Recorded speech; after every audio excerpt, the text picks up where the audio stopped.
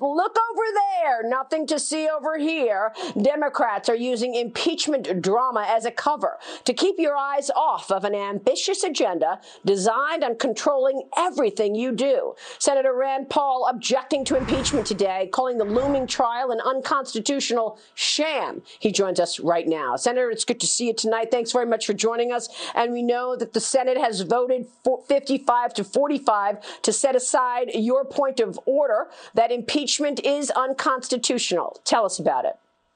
Well, we put forward a motion that said that basically you can't impeach a private individual. You can impeach a president, but this is why the Chief Justice didn't show up. If it was the president, the Chief Justice shows up. The fact that the Chief Justice wouldn't come and refused to come means that this is a private citizen, but the Constitution doesn't allow for impeachment of a private citizen. So we put this issue forward, but the most important takeaway from the issue is they don't have the votes to convict. We had 45 people, 45 Republican senators say that the whole charade is unconstitutional. So what does that mean? It means that impeachment, the trial, is dead on arrival. There will be a show, there will be a parade of partisanship, but the Democrats really will not be able to win. They will be able to play a partisan game that they wish to play, but it's all over. This shows that they don't have the votes to win, so they will just slog through this and they will try to punish Republicans. But that's all this has ever been about, not justice. It's about a partisan game where they don't want the election to be over.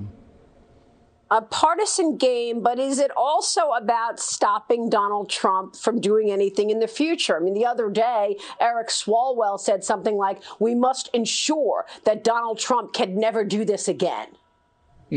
I wonder if he told his Chinese spy girlfriend that before he told the rest of us. Here's the thing about this. They want to say that he incited violence because he said, go fight for your country. And he said, march peacefully and patriotically.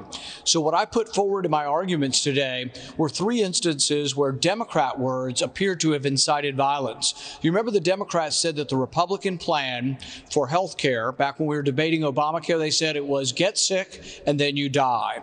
Well, can you imagine having a sick child that may be dying and you're told that the Republicans want your child to die? That sounds an incitement to violence. And guess what? One of Bernie Sanders' supporters came to the ball field, nearly killed Steve Scalise, wounded 3 or 4 others, shot one of the staff members 10 feet from me, and spewed 200 bullets and would have killed more had the police not stopped him.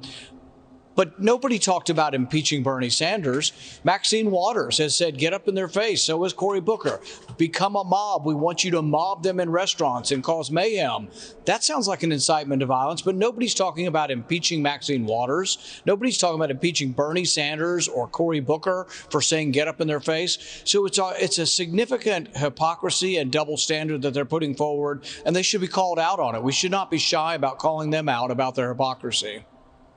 By the way, let's not forget the summer of love in 2020, Senator, when we had Molotov cocktails being thrown in the faces of police, where we couldn't get anywhere near the chop zone in Seattle, and all small businesses in our big cities had to board up. I don't remember hearing a peep from any of your colleagues on the left in the summer of love.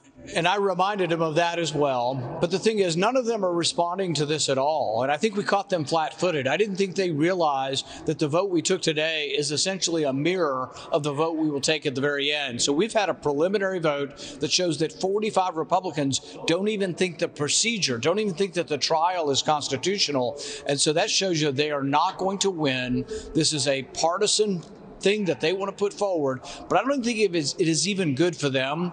The President Biden says he wants to show unifying. He wants to unify the country, and yet what he's putting forward is one of the most divisive, partisan, rancorous, bitterest things that you could possibly do. And if Biden had been a statesman, he could have stepped up a week or 2 ago and said, I think, he's being published by public opinion, former President Trump, and I think we should not do the impeachment. It won't be good for the country. You know what? Biden's numbers would have shot up 20 points, and people would say, oh, my goodness, for once, somebody that can rise against partisanship.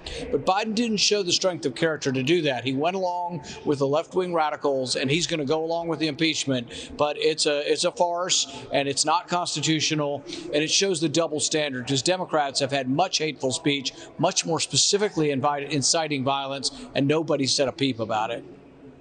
And is he standing by and allowing this blacklisting to continue and allowing this crushing of free speech and these X's on Trump associates' backs? You've got Democrat Stephanie Murphy right now pushing legislation to ban anybody who participated in Stop the Steal and anybody who pushed back on the irregularities in the election 2020 from holding a security clearance or joining the military.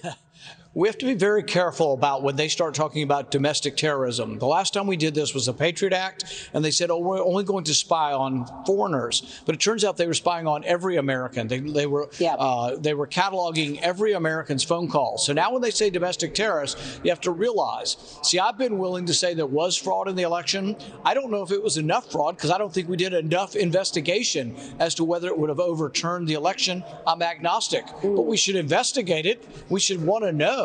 And so I plan on going to 35, 40 state legislatures and trying to get them to fix their laws. But is that now something that I'm not allowed to say and that I will be wanted by authorities or by the domestic terrorism police? Because I might say, oh, my goodness, I think somebody might have stole the election. I think there might have been fraud.